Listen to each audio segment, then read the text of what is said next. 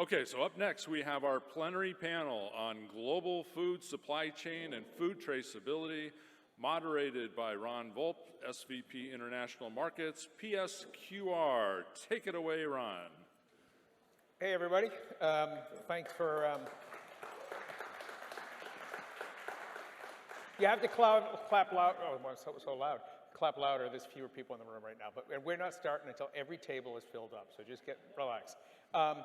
I want to tell you, I don't have any funny stories like Wink does. I'm not good at telling jokes. But I will tell you just an anecdote from last year. I was on the panel. I wasn't moderating. And when I got here, we were definitely in the midst of masks. And I had my mask on, and it sounds comical now, it wasn't then, and my glasses fogged up, and I fell all the way down the marble stairs when I came into the event. And it was like, oh my God, my coffee went flying. I didn't get hurt, it was just embarrassing as hell. So I feel like that's a good example, and so only like somebody that was setting up saw me, and I told them, don't tell anybody, this is awful, and my coffee was spilled everywhere. But anyway, so it's an example of, I think, falling down to move up, because this year I'm a moderator. So apparently that was a long way to go for a really bad joke. So I'm going to start with a quote. Pull it up.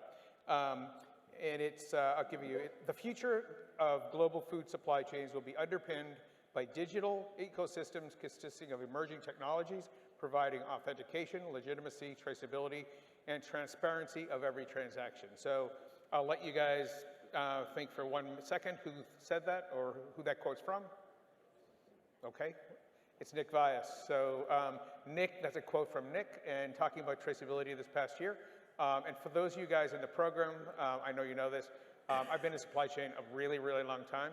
And I also want to take issue with the guy that spoke earlier that said the olden days were the 90s, because that didn't feel like really the olden days. But Nick is one of the most respected guys I know in the supply chain industry, so you guys are incredibly fortunate to be in this program. So in any event, I'll introduce my panelists and let them introduce themselves. Before I do that, as he said, I'm the Senior Vice President of PSQR. Unlike ESRI, you can't say PSQR quickly like PSQR. It's not, it's just PSQR. We're a traceability software company out of Copenhagen. We're EPCIS based. We came out of tobacco originally, and we're very active in the food industry. So I'll stop there and introduce, I'll let each of my panelists introduce themselves. Should we stand or sit? Okay. My name is Brad Kent. I'm a USC alum. Right on. I am the co-founder of Blaze Pizza. We have about 341 locations in 6 countries, mostly in the US, Canada, and then also in the Middle East. I used to lead our supply chain for a period of time until we hired professionals that know what they're doing, and then I used to do quality assurance, and then I do recipe development and work directly with vendors, product development, which helps working hand in hand with supply chain. I have another new business called Bagel and Slice, which is very involved and dedicated to sourcing certified and regenerative organic ingredients. And our partner up here happens to be Dax. He's our farmer that grows our wheat. And we're committed to helping to reverse climate change through our choices and sourcing of regenerative organic ingredients. Hi everybody, my name is Dax Hansen. I actually wear a couple of hats. One is as a blockchain lawyer at a big firm, Perkins Coie. I'm a partner there in Seattle, and so I've been doing blockchain work for about a dozen years, and for about 10 years before that did all things fintech. So I do technology-related law. But I come from farming and ranching roots in Arizona, and a few years ago decided to buy my family's farm rather than selling it. It's a very historical farm where people have been living and farming for 2,000 years, and I didn't want to see that history erased, and realized after I got into the middle of it that farming in hotter, drier climates, arid climates, is having an existential crisis right now. And so I've jumped in to figure out how to farm regeneratively, and I'm growing drought-resistant heirloom wheat and also permanent crops like agave and prickly pear, and developing markets for those products. But I'm really just trying to prove out a business model that can work in hot, dry climates using regenerative techniques. And so I'm here today because I'm kind of overlapping, and I've brought some of my blockchain capabilities to my farm as well, and I have some transparency solutions that we'll talk about later today. Thank you. I'm Frank Benso, owner and founder of Gateway America. Kind of bring a little bit of a new twist to the summit here because I'm involved with irradiation. We do, it's a certified facility in Gulfport, Mississippi at the port. And what we do there is it's certified as a port of entry facility, so we receive a lot of commodities from foreign ports. As a condition of entry, have to be treated with irradiation to enter the United States for market consumption. In addition to that, we do an awful lot of domestic items, whether they be pet treats, as well as a host of proteins, molluscan items, and crustaceans to eliminate pathogens of concern. And I know that we're going to get into talking about traceability, and we have a ton of oversight, as you can well imagine, having an irradiation facility with approximately 38 different governmental entities that have oversight on us. So we're highly regulated, and the record keeping is pretty pristine in order to make sure that the traceability is where it needs to be, which I'm sure we'll be talking about. But I believe that irradiation is the future of food security and food safety for a host of reasons, and I'm sure we'll get into a very healthy discussion as it goes on. So. Hello, everyone. My name is Thomas Burke. I am the Food Safety Quality Assurance Manager, or Traceability Manager at Chipotle Mexican Grill. In my role as the Traceability Manager, I oversee our extensive traceability program, which encompasses our over 3,000 locations, as well as our distribution center and Tier 1 supplier partners. In our system, we both have upstream visibility as well as visibility resulting from the scans of every delivery coming to the back of our restaurants. And in doing so, I both work on the administration and processes related to ensuring traceability data capture at restaurants, but as well as the interoperability and the receiving of upstream traceability information. Alongside that effort of maintaining that system, we look at continuous improvement, actually looking to advance food traceability as a practice overall, looking at analytical methods, and also representing Chipotle at industry engagement processes and standardization. I also work on digital supply chain strategic initiatives, such as our cold chain monitoring program, and also implementation of novel technologies to improve supply chain efficiency, such as RFID. So very much looking forward to discussing food traceability and what it can do to enable both food safety, but going beyond that to sustainability and supply chain visibility and efficiency. Thank you. My next question is for Dax. We'll start with you. Traceability is a bit like the word digitization, where everybody seems to have a little bit of a different slant of what that really means. Could you talk a little bit about what traceability looks like in your organization today, and where you feel you are in your journey to where you'd like to be? Sure, absolutely.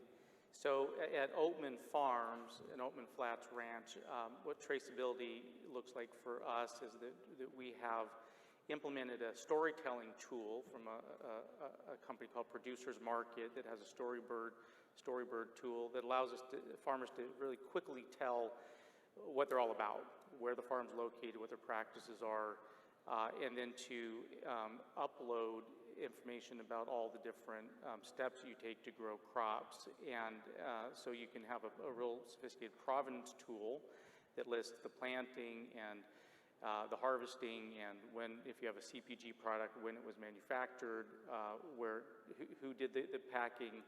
Yes, you can see the freshness, you can see the carbon footprint of it, and all of that rolls up to a QR code that in our case we put on the actual package of the premium baking mixes that we sell, and it can be on menus and other places too.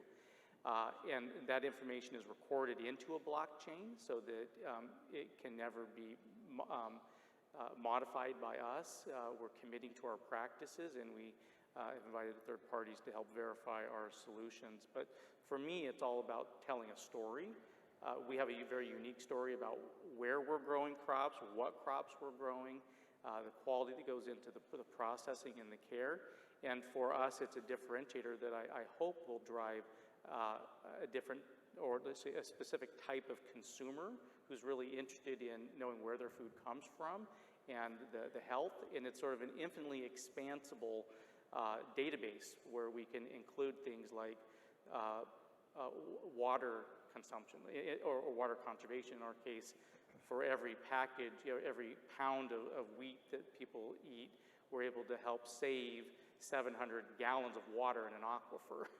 And so to be able to convey to consumers the real impact they're making by their food choices is something that I want to do. And so I actually would welcome input from anybody who's interested in knowing like where their food comes from, what they want to know about it, because for us it's very transparent. Last thing I'll say is that for us, at Oatman Farms, our model is sort of following the blockchain or like the Bitcoin ethos, very decentralized, where the idea is to be able to shrink the distance between a farmer and a consumer so that you can see all the information. And I think that it gives farmers more accountability to consumers and consumers more, I guess, loyalty to farmers. Can I ask you a follow-up question? You mentioned consumers. So have you seen an increase in consumer demands for a better understanding? You talked about telling a story, better understanding of where my product, how my product was made and how it got to me. What does that look like in terms of consumers and an increase in interest in that, it sounds like? I mean, honestly, Brad and I have talked about this a lot. Like, people don't know what regenerative food is yet, right? And so we're really at the early stages, Ron, of trying to just even let consumers know that there's something else out there.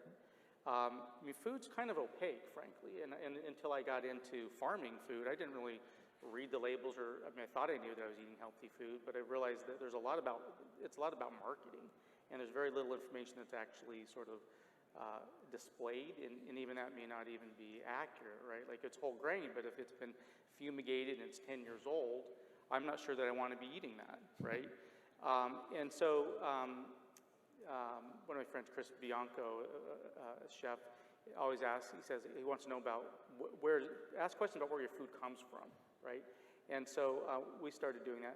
I don't know that enough consumers are asking those questions, but we do have the more active consumers they're seeking us out because our standards of farming actually mean something. I mean, the Regenerative Organic Certified program we use was adopted by Patagonia, or it was released by Patagonia and Dr. Bronner's and the Rodell Institute. And so people who, for instance, love wearing Patagonia gear or love showering with the Dr. Bronner soap know something like about the quality of those products. But I would say that there's so few of them that people don't know what that means yet. So I'd say that the jury's still out, Ron, on whether even traceability or transparency results in more dollars.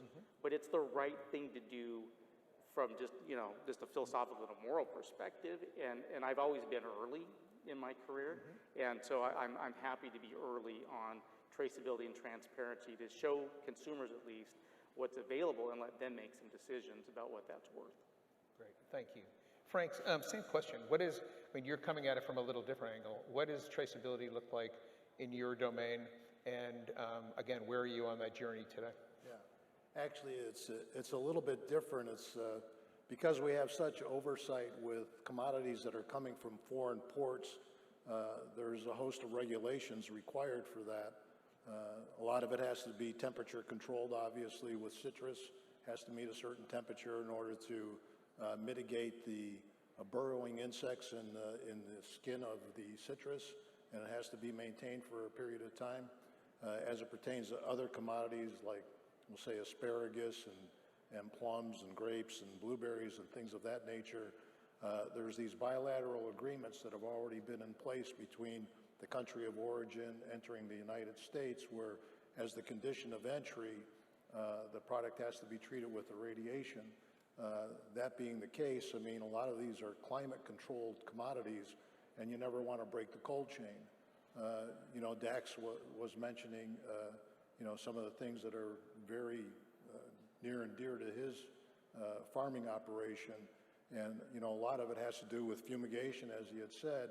So there are different types of processes that the USDA APHIS allows for entry into the United States. One of those is cold treatment, which I just mentioned, which is typically for citrus. Another one is hot dip, which is normally boiling product to eliminate pests of concern, typically from Mexico.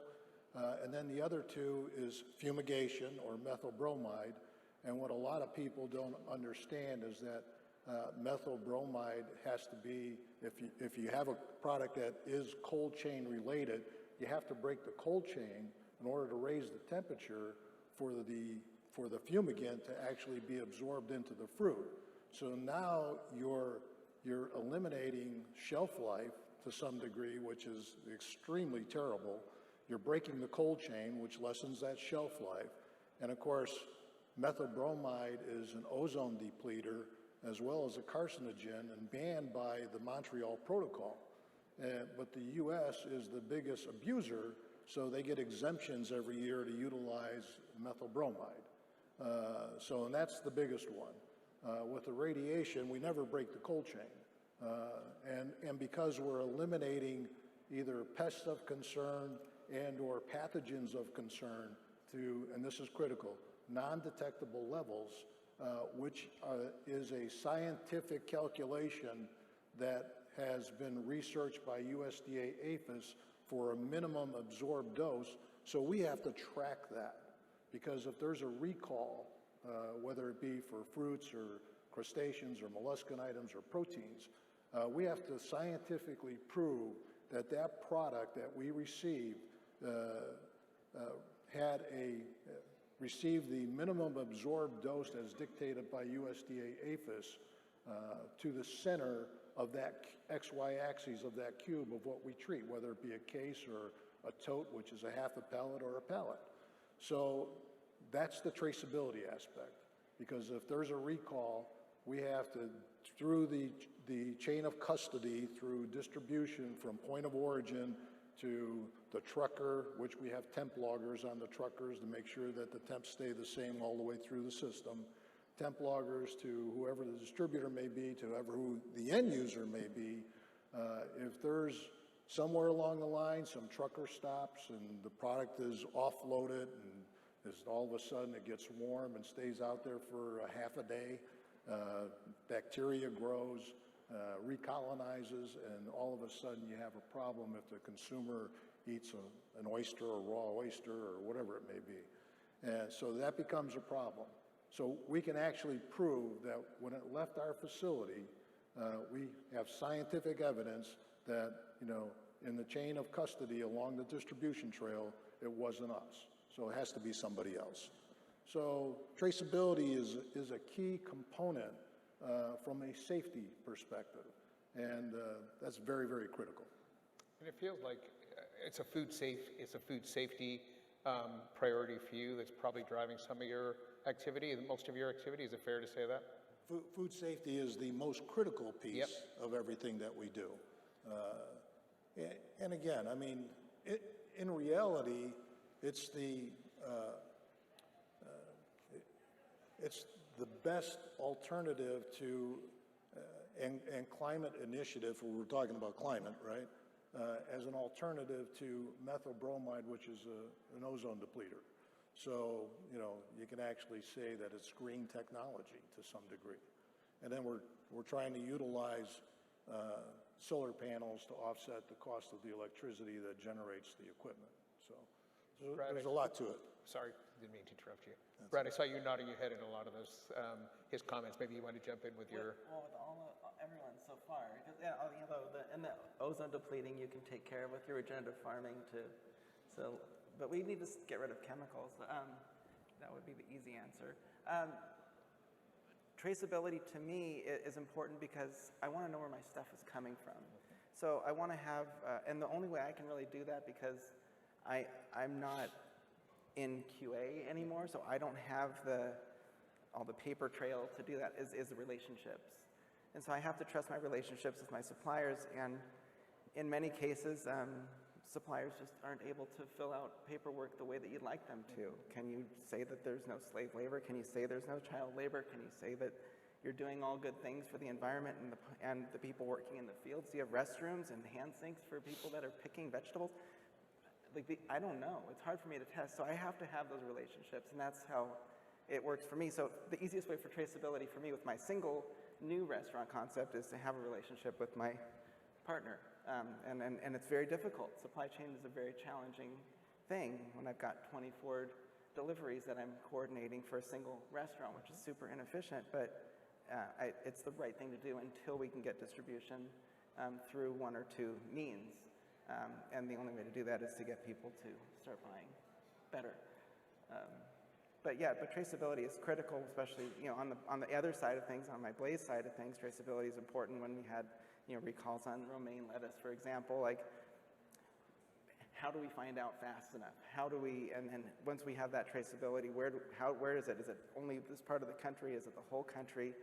How do we contact and how do we make sure that we have documentation that product's been isolated, destroyed? And we did it with Blaze. It was easy because we had 300 locations. At Chipotle's a whole different story. We had our restaurant managers send us photographs.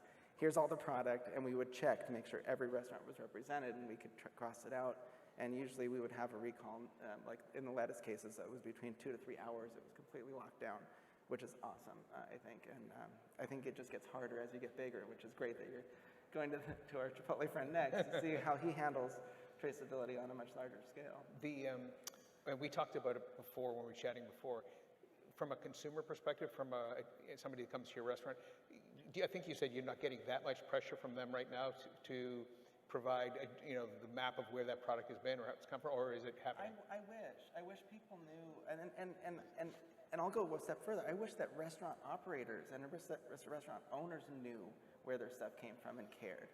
To larger companies, publicly traded companies, it's important because your livelihood relies on it. But when you think about your responsibility as a restaurateur, like your job is to feed people.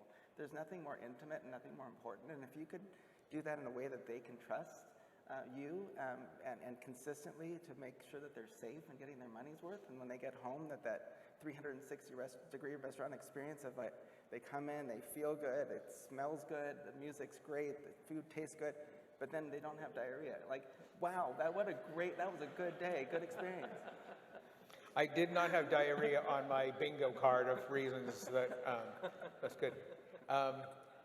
So, all right, I'll go to our friend from Chipotle. So Tom and I know each other from when he was at the IFT, so he comes from a very scientific background. So how are you bringing your scientific background to bear at Chipotle, and where are you guys on your journey today? That's a great segue.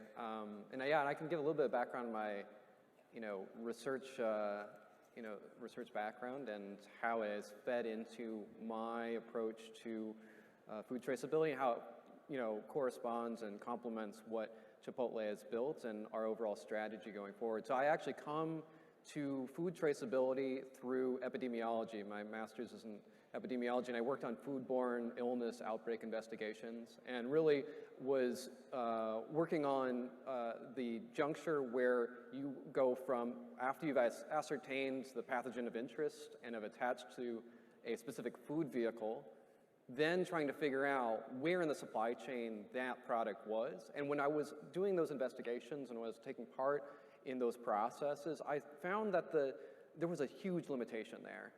You need to know that information as soon as possible, because what you're trying to do is reduce the exposure of interest to the public. Because actually, every single hour counts, because every single hour where that product is on the shelf, they could consume it and get sick.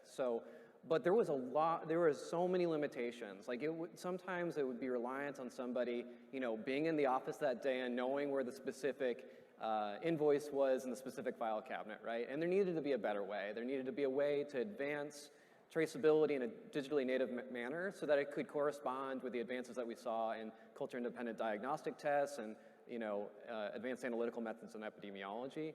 And I really continued that work when I worked at the Institute of Food Technologists, where we worked on how do we translate the production of food to supply chain visibility, because that's really what distinguishes food traceability from like overall supply chain management strategies. It's that immediacy, right? And that makes it one of the more difficult supply chain problems to solve, because not only does it need to be super immediate, but it's this supply chain system that is highly transactional in nature, that isn't super standardized and can vary production of value chain to value chain, right? So when we're working on traceability at Chipotle, we're wanting to build infrastructure, right? Because if you want to have speediness, you need to have infrastructure. So that's why we really kind of see it as, and there's 3 real big components to that, what I call cyber-physical infrastructure. Sometimes they call it digital twinning. It's really, how do you have that standardization of data capture? How can you make sure that in the throughput of supply chain systems that you're capturing that specific information that contextualizes the product in space and time, right? And then once you actually have those standards in place, how do you corroborate it and make the data capture something that you can rely upon in a digitally native manner, right? So you can't just, if you're only looking at one single data point, you don't necessarily have that much faith that if there's something where it's a food safety issue, you want to be absolutely sure if you're actionating upon that intelligence that it's right. So how do you solve the data engineering challenges where you're corroborating with other data sets after you have that backbone of data capture at specific critical tracking events? And then there's this third dimension to food traceability, particularly in end users, but also I think upstream as well, where if you do know that there's an issue with a product, you need to communicate that product identity and the context of it to the right stakeholders immediately as well. So not only do you need to be able to rapidly understand what the issue is, where that product is in the supply chain, but also push those notifications to the right stakeholders, and then have assurance that it's being acted upon. So, but the thing that's really exciting about that challenge is like when you solve all of those problems, or when you work towards those problems as an industry, then it can enable a lot of this other food systems change, where we have greater visibility, we have the ability to use data science techniques to have better predictive capabilities, and we can end up using it for other use cases, right? We can get to carbon accounting, we can get to the reduction of food waste and loss. So it definitely is both a specific and an all-encompassing concept, particularly with Chipotle's Food with Integrity mission. I'll start with Tom on this next question as well. So FSMA 204 side, so the FDA's rules around traceability. My perspective is that the food industry, given its food, is moving slower than it should in terms of adopting traceability, particularly in terms of technology, not just in the US and globally. And my question is, do you believe that we're moving too slowly? And then secondarily, what are the reasons we're moving too slowly? And I'll give you just one comment about my perspective, and I can't remember as a moderator, looking for my last year's moderator, can I make comments about my perspective? I'll give you mine. My perspective is, it's not a lack of technology, and the technology exists to do that, and that's the frustrating part. There's technology that is there. The pieces that I think slow us down, it's leadership. I think it's leadership. I think it's making it clear to businesses the value beyond just food traceability or food safety. It's interoperability between technologies. I think that gets in the way a lot. But it just feels, and it's not dissimilar from pharmaceuticals with rules from the FDA around DSCSA coming up. I feel like we're not tracking and tracing items that really we're consuming, and we're not moving quick enough to that kind of visibility to where it's been and how it was produced. So that was a much longer question than I intended, Tom, sorry. So make me look good and give a good answer to that. No, that's great. I mean, I appreciate your perspective too, and I largely agree that there has been a reluctance, I think, towards digitization and moving towards better end-to-end traceability beyond what was, regulatorily demanded, right? But I think it's not necessarily intentional slowness. I think it's more that the challenges are difficult due to lack of standardization, and some things that sometimes it on its face seems very simple, and then there attempts to be a very quick solution, and then we find out that it breaks upon implementation, and then it results in a lack of faith in the ability to resolve the issue. And so that's where some of the slowness in terms of standardization, I think, is impacting or impeding that progress. So I think what we're going to really find is once we kind of coalesce around what we really mean by the digitization of food, then we're going to really see a marked, a marked increase in pace. So, I think that when we are able to know how to make that transition after that transition from an agricultural commodity to a packaged good, which is I think what some of the regulations such as 204 are really pushing us towards, and for us to actually really think hard about how do we encompass agricultural steps into agricultural production processes into a digital system that can speak across the supply chain, can be interoperable. That's where that rapidness is going to really occur. I will say, though, also that there is a challenge, too, where there's a business process side, too. And I think that's where there's some struggle among many stakeholders in the supply chain, because most actors in the food supply chain system are not really thinking about traceability other than in an interior sense, because they're not, they're passing on the product. They're concerned about the upstream steps, but afterward, they're concerned maybe about the end of the supply chain, but they're not necessarily thinking about the entire pedigree. And so their systems are designed for their core competencies, not necessarily looking at the overall value chain. So when we've tried to implement technology in the past, it's tried to encompass the whole system, and it doesn't necessarily work well for each individual node. So figuring out how to encompass that digitization into existing business processes, make it interoperable with a variety of different systems that have different core competencies, and then making it so that it enhances existing roles within an organization, I think is going to be key to accelerating that adoption, because then they'll see, what the power is beyond this is a regulatory demand, beyond that, it's really for food safety reasons. They'll see that the supply chain visibility, et cetera.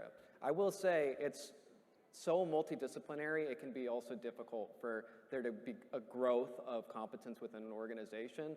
And then once that skill can be grown, and sometimes that person departs. So, I think it's also about an educational initiative across the industry to gain awareness and also make it so that it is part of food safety culture.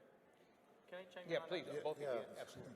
Go ahead. Oh, please, after you. Okay, so to build on that, I think some of it is even more basic than that. I mean, like a Chipotle may go ahead and actually find out who their ingredient suppliers are, and it could be something as basic as visiting that ingredient supplier to make sure that their HACCP programs are in place that they agree to as an ingredient supplier.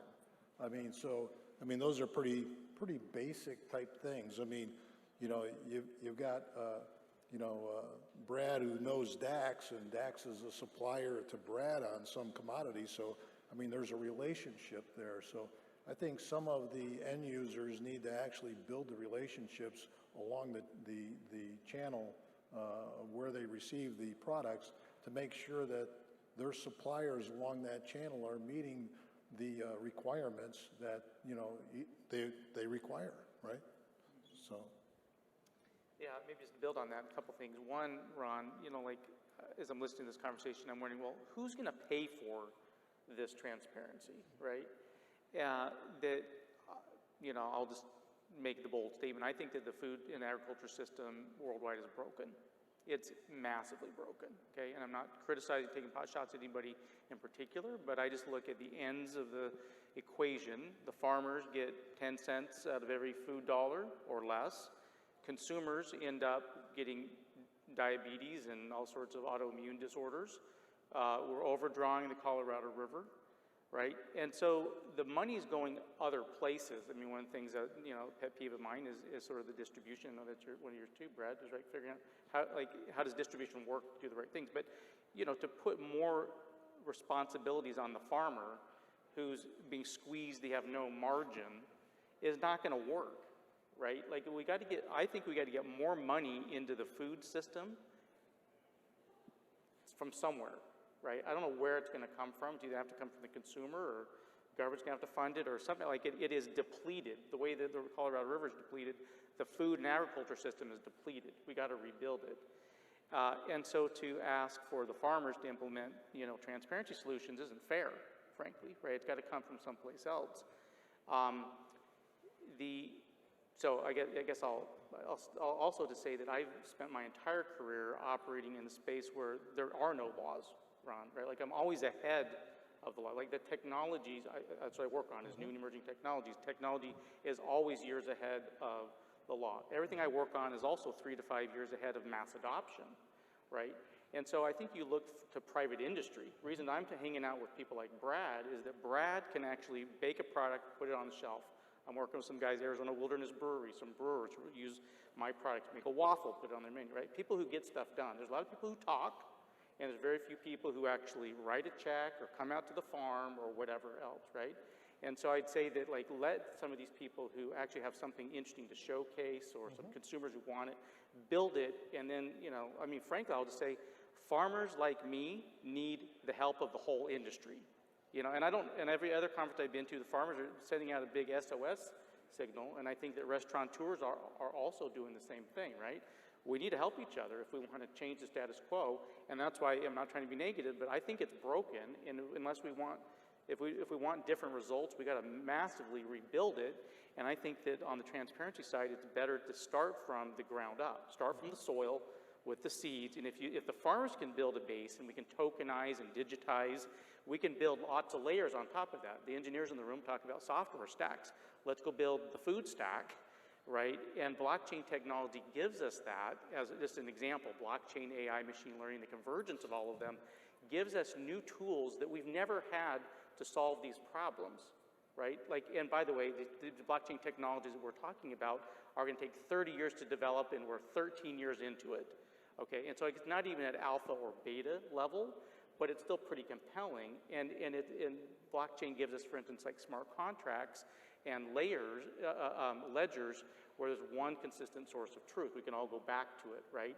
And so it's like the truth engine is what people call the blockchain, right? And so when Brad and I and others who don't know each other can all interact with the same digital assets or objects, we could start doing business together, and we don't necessarily need to trust each other or necessarily have those in-person relationships, Frank, that take time to develop. Dex, you said something that I left out earlier that I should have said, which is the other obstacle I've seen, and prior to being in supply chain technology, I was with a big food manufacturer, Kraft Foods, for many years, and then a big food retailer, Australia, Coles Supermarkets. And what I found in that case, I just lost my train of thought. What I was going to point out. What I found was that nobody really wanted to pay for that. They all expected the other side. And I know where I was going. Sorry, I lost my train as I was looking at you. The issue I found was trust, and you talked about trust and the fact that nobody wants to share that data with others in the supply chain because they feel like they're going to lose advantage somehow or give away the secret sauce. So I feel like that's one of the other obstacles is delivering traceability. It takes a village to deliver traceability, very honestly, and somebody said it in the sustainability panel discussion a similar way. So if it takes a village, how do we get all those companies to agree and trust others to share that data? It's really, I know when I was at Kraft, we didn't want to give data to retailers, and when I was at Coles in Australia, we didn't want to give data to suppliers. So how do we get past that? Well, just real quickly, I'd say go read the Bitcoin blockchain. Go read any book about Bitcoin, okay, anyone. And because the world changed in 2008 when the Bitcoin white paper was launched, that what that released was a whole new business model where we said, hey, rather than building centralized ledgers and like centralized banks and centralized PayPals, let's go build something that everybody can use, that everybody can have access to. It's a new layer. It's like it's new digital infrastructure that everybody can build. And so what we learned is that, for instance, with the Bitcoin blockchain, when you have everybody who's got a stake in this, if they're all watching, they fix the bugs. And it's done on it's called an open source basis, right? And no patents. And so we flipped the script from proprietary, confidential, to open and transparent. And it became so strong and resilient globally because of that shift, right? And that's why I say that, like, I think we need to have more farmers and food companies and others saying, yeah, I'm opening the kimono, I'm gonna give you complete access to every information about my farming, my practices, the financial, like how much money did I make on this stuff, right? Because we have nothing to lose. When all we can, we can only go up from here, let's share the information. But somebody has to care. Somebody has to care. And the people that have to care, we're on this side of things, and a lot of you are consumers out there, you have to care. Because if you don't demand this, you don't demand that insights and traceability into what you're eating, what's on your plate, what's in this package, what the lining is on this. I mean, I know a little bit about this company, but not a lot. Like, do I trust this water? Like, I don't know. It'd be nice to be able to scan my phone on here and be able to look at everything about it and say, oh, that this is approved. This goes through this kind of filtration. They have good corporate social responsibility. They're not waste. It's not RO, so they're not throwing away 50% of the water that they're making, and it's coming from a resource that's not depleting something. It's like, so that's where the demand and that's where the change has to happen. It has to come from the consumer, which is going to affect the distributor. And those are the two pieces. The two ends of the scheme are what matters. We're in the middle. I have another topic I want to bring up, and it ties into something I heard in the last few minutes. So there's this notion out there, and this is going to get a little abstract, the notion out there of a social contract within global supply chain. So my example, we do a lot of traceability in the seafood industry from trawler to shelf. Let's use shrimp as an example, and prawns. So if you look at the seafood industry, particularly we've been working in shrimp, the prevalence of slave labor, the prevalence of unsustainable practices like mangrove forests being completely wiped out, the prevalence of people in poverty is huge right now in places like Thailand and Ecuador and Vietnam, yet retailers are getting 35 and 40% margin on that same shrimp that's coming out of those countries. So we're destroying, I would say, a lot, and this is not unique to food, but we're doing a lot of damage at the front end of the supply chain, and people are suffering, but we're making huge dollars at the end of it. How do we use traceability to identify where that's happened and change the game? Someone has to care again. Well, I agree. And it has to be the people with the money that are buying the stuff. Because don't go to my pizza restaurant, okay, let's change it. Don't go to my burger restaurant if my burgers are not ethically sourced. Just don't do it. But you don't care because my burgers are delicious and they're affordable and it's accessible. So why wouldn't you do that? And you know, there's a line around the corner, we have the best Instagram. So that's why you're gonna go. So you gotta get smarter, and that's everyone in the world has to get smarter and care. Well, I guess I was gonna say that they have to care, and we just need to, do the right thing. Because if we make it more transparent, I mean, I love just the whole topic is, we make it more transparent, like, we raise the bar, right? Like, if one, and that's what I guess I'd say, like, if one or two major chains that everybody has access to implemented it, okay, then you've set the bar high to where nobody can cut the corner, and you can't have the slave labor and the chemicals and everything else in that regard, right?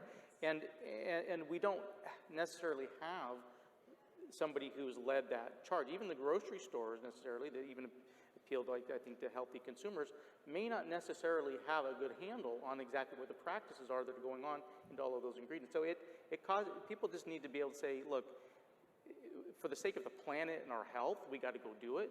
And that's why I just say, like, the pendulum swung so far, and things have gotten so bad in terms of health, and you can't get blood out of a turnip from the farmers and the fishermen and everybody else. Agreed. And so, like, that sponge is about wrung out. Agreed.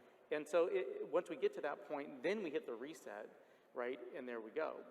So I think it just takes some people who are more, I missed the corporate responsibility session because Brad and I were trying to solve the world's problems.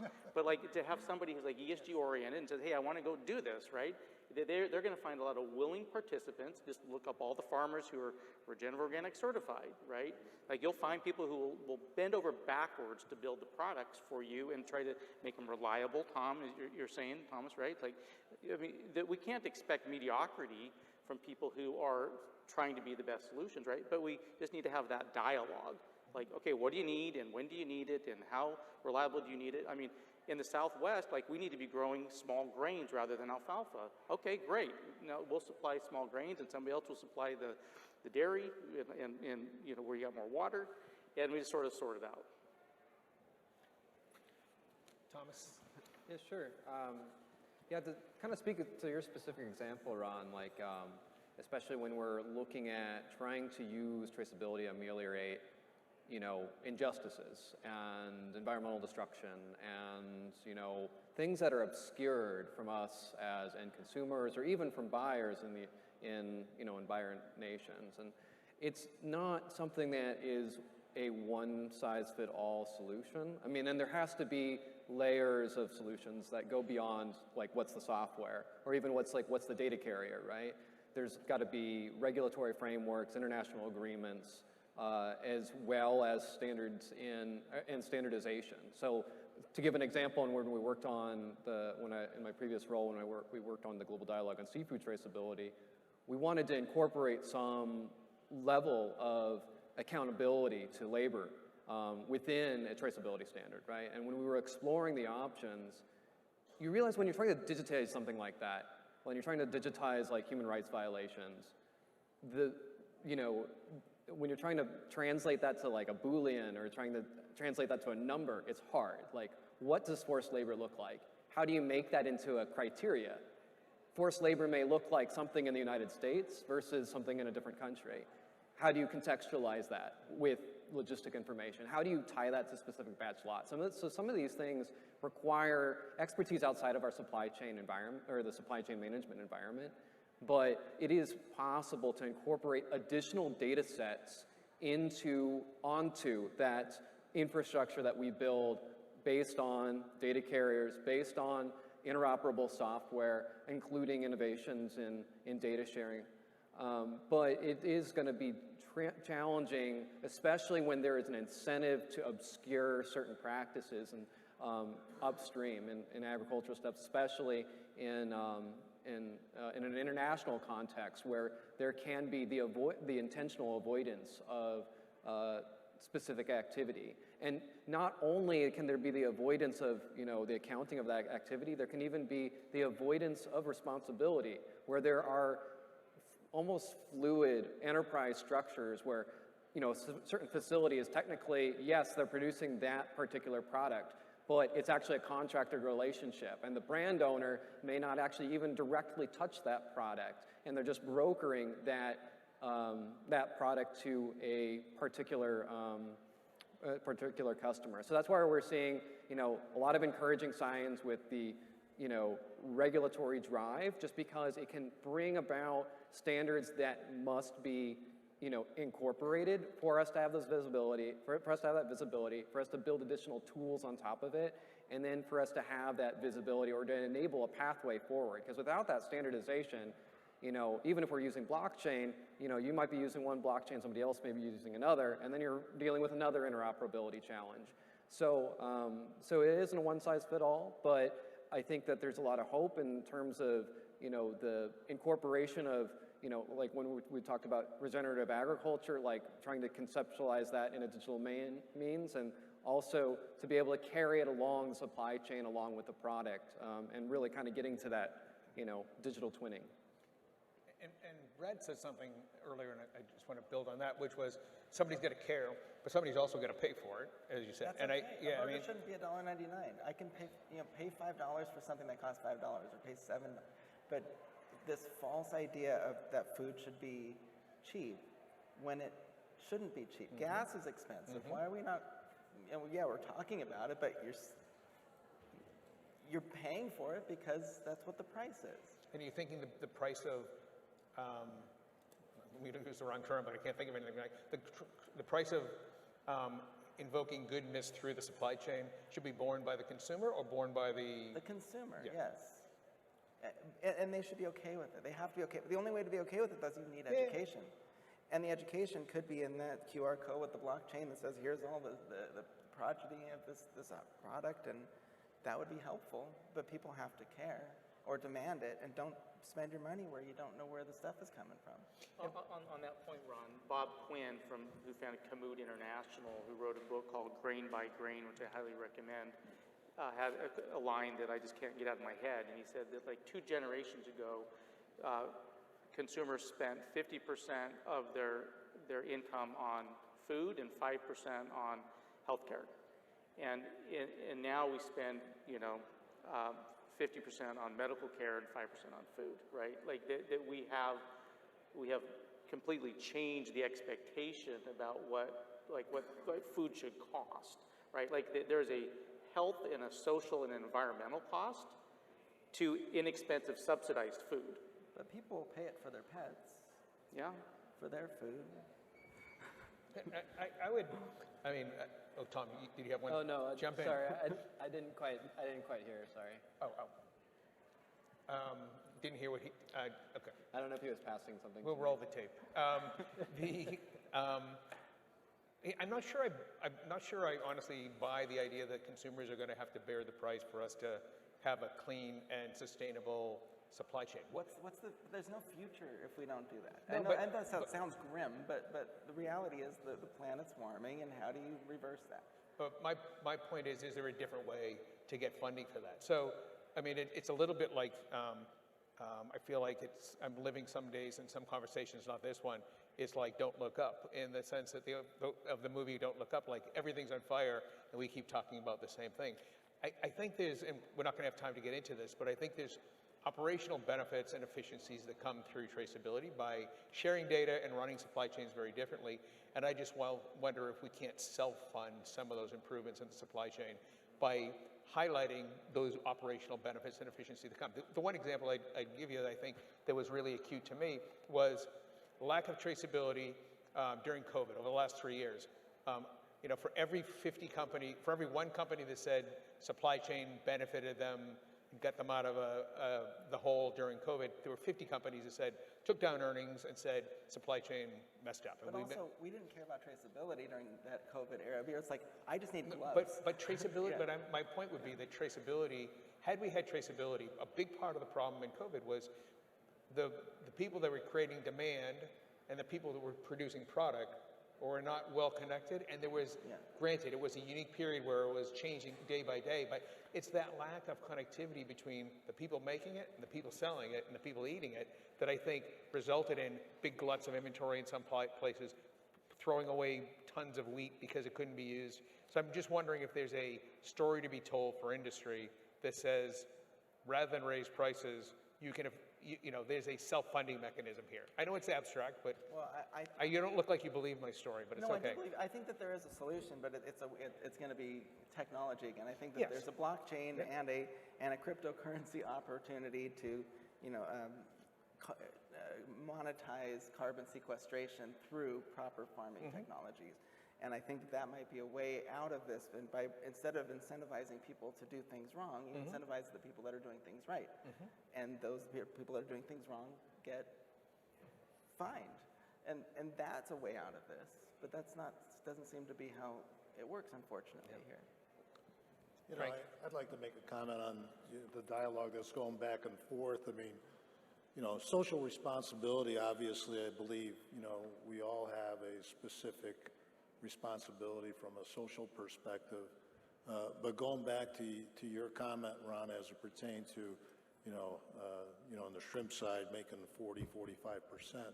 I mean, in reality, that's fairly typical based on the retail side for a margin markup to take care of shrink and all of the other costs associated along with that. So, there's always this tug of war when the supply and demand are, opposite of each other. So when the supply isn't there and the demand is high, I mean, what happens? I mean, the price goes up, right? So, these are the things that, I think a lot of it, the market takes care of the pricing structure because if the price is too high, the people aren't going to buy. So, geez, what happens? Well, you're going to have to change the price. So somewhere along the line, somebody's going to take a lower margin. So I think that that's part of it. But not everybody in the world has the same respect for the social responsibilities that they owe their people. So there is always going to be, this disparity. So I don't know how you get rid of that because it's always going to be there. But to the people that are involved in other countries, I mean, to them, that may be a good thing. I mean, what the level of living. I mean, it's not good for us because we're judging it by our standards. So there's a lot of ways to look at this. And, I guess you really kind of have to put yourself into the people in the place geographically that makes sense because, the market is really what dictates it. And I think just a quick comment, and I think we're running up on time. Is that right, Ron? We're way over. Okay. Sorry. I think it just kind of relates to this overall theme, though, in trying to change industry behavior in response to, competing crises, particularly environmental crises, and really trying to, the question is really, how do we make that valuation on these externalities, right? And then how do we incorporate that and commodify it, right?